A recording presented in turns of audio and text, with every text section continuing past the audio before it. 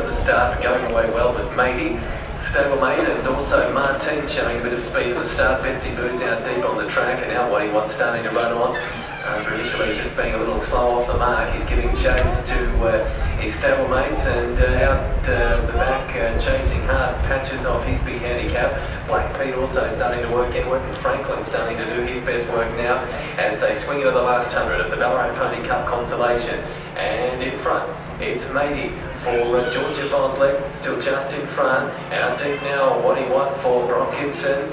He's moving up on the outside strongly, What He Want. Ducking back down to the inside was Martine, and Betsy Boo out deeper starting to work into it. It was As Justice, and it's starting to run on strongly too, but with 50 to go, and over on the inside still Matey in front, now What He Want, and Betsy Boo starting to put in some late work and charging through Black Pete with Patches and Franklin, but it's going to be What He Want, Brockinson.